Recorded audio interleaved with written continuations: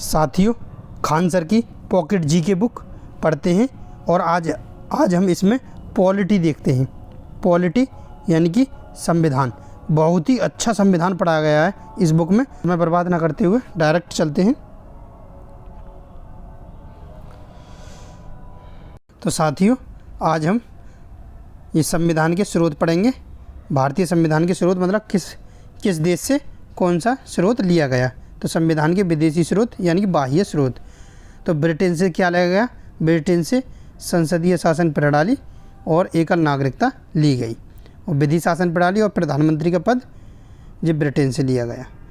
और ये है लोकसभा का स्पीकर भी ब्रिटेन से लिया गया है। आगे है अमेरिका से। अमेरिका से क्या लिया गया? लिखित संविधान, मौलिक अधिकार। क्वेश्चन आता मौलिक अधिकार कहाँ किस देश से लिए गए? तो अमेरिका से लिए गए। और सर्वोच्च न्यायालय कहाँ से लिया गया? ये भी अमेरिका से लिया गया। आगे है राष्ट्रपति पर महाभियोग की प्रक्रिया, अनुच्छेद 61 भी अमेरिका से लिया गया। तो उच्चतम न्यायालय व उच्च न्यायालय के न्यायाधीशों को पदच्युत भी कहाँ से लिया गया है? ये अमेरिका से लिया गया। और जर्मनी से क्या लिया गया है? जर्मनी से आपातकालीन उपबंध। आपातकालीन उपबंध यानी कि अनुच्छेद 352, अनुच्छेद 356, अनुच्छेद 360 आपातकाल के दौरान मूल अधिकारों का निलंबन होगा। ये जर्मनी से लिया गया है। मतलब आपातकालीन उपबंध जर्मनी से लिए गए। और प्रस्तावना की भाषा, समवर्ती सूची, ये कहाँ से लिए गए? ऑस्ट्रेलिया से लिए गए। और गणतंत्र व्यवस्था या स्वतंत्र या समानता और बंधुत्व का सिद्धांत ये किस देश से लिए गए? फ्रांस से लिए गए। आगे है राज्य के नीति निर्देशक तत्व। तो राज्य के नीति निर्देशक तत्व आयरलैंड से लिए गए हैं। क्वेश्चन आता है राज्य के नीति निर्देशक किस देश से लिए गए? आयरलैंड से। और कनाडा से क्या लिया गया है? केंद्र व राज्यों के बीच शक्तियों का विवरण। कनाडा से या अवशिष्ट शक्तियाँ व केंद्र के पास ये लिए गए हैं। और दक्षिण अफ्रीका से क्या लिया गया है? दक्षिण अफ्रीका से संविधान संशोधन प्रक्रिया जो अनुच्छेद 368 के अंतर्गत है। यह दक्षिण अफ्रीका से लिया गया है। और रूस से क्या लिया गया है? मौलिक कर्तव्य। मौलिक कर्तव्य यानी भाग चौथा का जो 42वें संविधान संशोधन 1976 में जोड़ा गया, वह रूस से लिया गया है। आगे जापान से क्या लिया गया है? जापान से विधि द्वारा स्थापित प्रक्रिया। जापान से ली गई विधि द्वारा स्थापित प्रक्रिया। चलो आगे देखते हैं। आगे बस यही है। अब हम देखते हैं प्रस्तावना। प्रस्तावना है। प्रस्तावना को आप पढ़ना चाहो तो पढ़ सकते हो। हम भारत के लोग भारत को एक संपूर्ण प्रभुत्व संपन्न समाजवादी पंथनिरपेक्ष लोकतंत्रात्मक गणराज्य बनाने के लिए तथा उसके समस्त नागरिकों को सामाजिक, आर्थिक, राजनीतिक न्याय। तो न्याय कौन कौन से? सामाजिक, आर्थिक और राजनीतिक। और विचार, अभिव्यक्ति, विश्वास और धर्म और उपासना की स्वतंत्रता। और प्रतिष्ठा और अवसर की समानता। समानता कौन कौन सी है? प्रतिष्ठा और अवसर की प्राप्त करने के लिए तथा उन सब में व्यक्ति की गरिमा और राष्ट्र की एकता और अखंडता सुनिश्चित करने वाली बंधुता बढ़ाने के लिए। क्वेश्चन ऐसे ही आते हैं कि स्वतंत्रता कितनी है? विचार, अभिव्यक्ति, विश्वास, धर्म और उपासना, 5 प्रकार की स्वतंत्रता। और समता या समानता, प्रतिष्ठा और अवसर की, यही है। और ये न्याय कौन कौन से? सामाजिक, आर्थिक, राजनीतिक, 3 प्रकार के न्याय हैं। आगे चलते हैं। ये तो प्रस्तावना है। यहाँ तक प्रस्तावना है। 26 नवंबर 1949 को अंगीकृत हुई है। आगे देखते हैं। प्रस्तावना में एकमात्र संशोधन 42वें संविधान संशोधन के द्वारा हुआ था। उसमें क्या क्या शब्द जोड़े गए थे? 3 शब्द जोड़े गए थे। समाजवादी, पंथनिरपेक्ष और समाजवादी, पंथनिरपेक्ष और अखंडता शब्द जोड़े गए।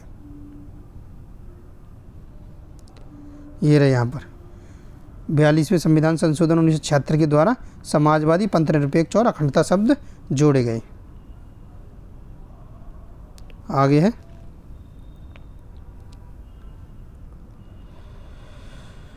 ये भारत का संविधान। नहीं, प्रस्तावना जवाहरलाल नेहरू द्वारा प्रस्तावित उद्देश्य प्रस्ताव पर आधारित थी। और प्रस्तावना का प्रारूप BN राव द्वारा तैयार किया गया। षोडशी समिति की सिफारिश पर, तो 42वें संविधान संशोधन किसकी समिति पर, उस सिफारिश पर वो जुड़ा था? षोडशी समिति की सिफारिश पर। आगे है, आगे देखते हैं संविधान की प्रमुख विशेषताएं। प्रस्तावना के प्रमुख मुख्य विशेषताएं। तो संविधान का स्रोत जनता है। प्रस्तावना में वर्णित हम भारत के लोग शब्द का अभिप्राय यही है कि संविधान सभा ने भारत की जनता की ओर से संविधान बनाया तथा स्वीकृत किया। तो यानी संविधान में वर्णित जो हम भारत के लोग हैं, इसका मतलब क्या है कि संविधान सभा ने भारत की जनता की ओर से ही संविधान बनाया और स्वीकृत किया। तो संविधान के उद्देश्यों की घोषणा, न्याय, स्वतंत्रता, समता और बंधुता संविधान के उद्देश्य हैं। और भारत की प्रकृति, भारत एक संपूर्ण प्रभुत्व संपन्न, समाजवादी, पंथनिरपेक्ष और लोकतंत्रात्मक गणराज्य व्यवस्था वाला देश है। तो भारत कैसा देश है? एक समाजवादी है और एक पंथनिरपेक्ष और लोकतंत्रात्मक और गणतंत्र व्यवस्था वाला देश होगा। संविधान के लागू होने की तिथि, तो 26 नवंबर 1949 को संविधान को अंगीकृत, अधिनियमित और आत्मार्पित करने का उल्लेख है।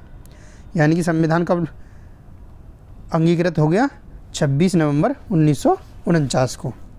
26 नवंबर 1949 को। तो प्रस्तावना के तत्व हैं ये, प्रस्तावना के तत्व, इनका क्या मतलब है अब देख लेना। न्याय बताए थे मैंने, जो न्याय हैं, न्याय, स्वतंत्रता और समानता, बंधुता, अखंडता। चलो आगे देखते हैं। प्रस्तावना का महत्व है।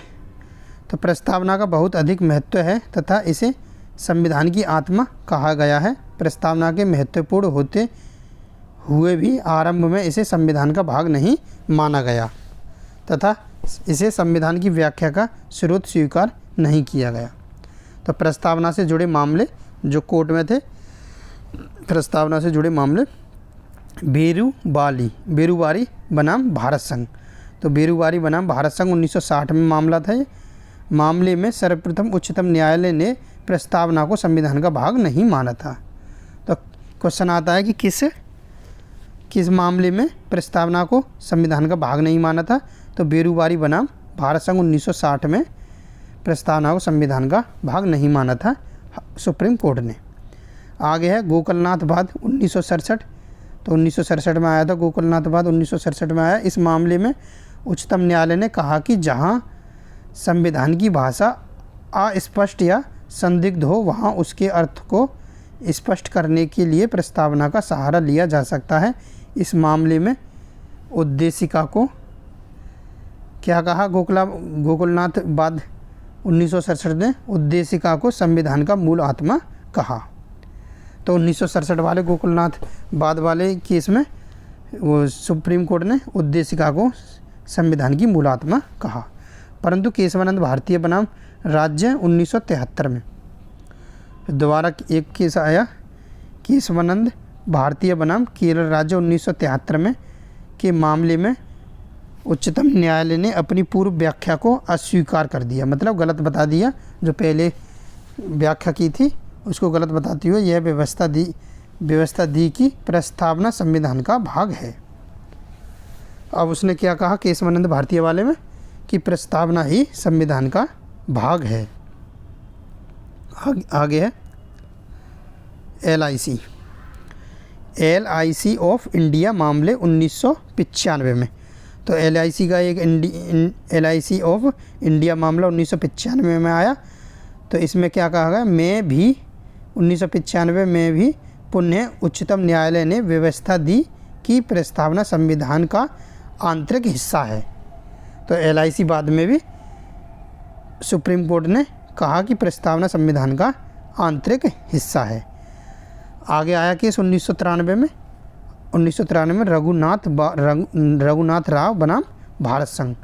तो राव बनाम भारत संघ 1993 में इस मामले में सर्वोच्च न्यायालय ने निर्णय देते हुए कहा कि क्या कहा, उसमें कहा गया कि प्रस्तावना शक्ति का स्रोत नहीं, विधि की शक्ति का स्रोत विनिर्दिष्ट अनुच्छेद ही हो सकता है। तो इसमें ये कहा गया। आगे आया एक और केस, एस.आर. बोम्मई बनाम यूनियन ऑफ इंडिया वाद 1994। इस बाद में उच्चतम न्यायालय ने धारणा प्रस्तुत की कि प्रस्तावना संविधान का अभिन्न अंग है। सरकार का लोकतांत्रिक स्वरूप, संघीय संरचना, राष्ट्रीय एकता और अखंडता, समाजवादी स्वरूप, सामाजिक न्याय एवं न्यायिक पुनरावलोकन भी इसकी मौलिक संरचनाओं में शामिल है। तो इसने बॉम्बे बनाम यूनियन ऑफ इंडिया में कहा कि मौलिक संरचना में शामिल है और अभिन्न भाग है। प्रस्तावना संविधान का अभिन्न भाग है। और आगे कहा है, संविधान के महत्वपूर्ण कथन है। अर्नेस्ट हैकेल ने प्रस्तावना को संविधान की कुंजी कहा है और पंडित ठाकुर भार्गव दास ने उद्देशिका को यानी प्रस्तावना को संविधान की आत्मा कहा है। इन्होंने कहा है कि प्रस्तावना संविधान का बहुमूल्य रत्न है और यह वह मापदंड है जिससे संविधान के मूल्यों को निर्धारित किया जा सकता है। और पालकीवाला के अनुसार प्रस्तावना संविधान का परिचय पत्र है। और के.एम. मुंशी के अनुसार प्रस्तावना हमारे संप्रभु लोकतांत्रिक गणराज्य का हॉरोस्कोप है या राजनीतिक जन्मपत्री है। तो साथियों, आज के लिए इतना ही काफ़ी। धन्यवाद साथियों।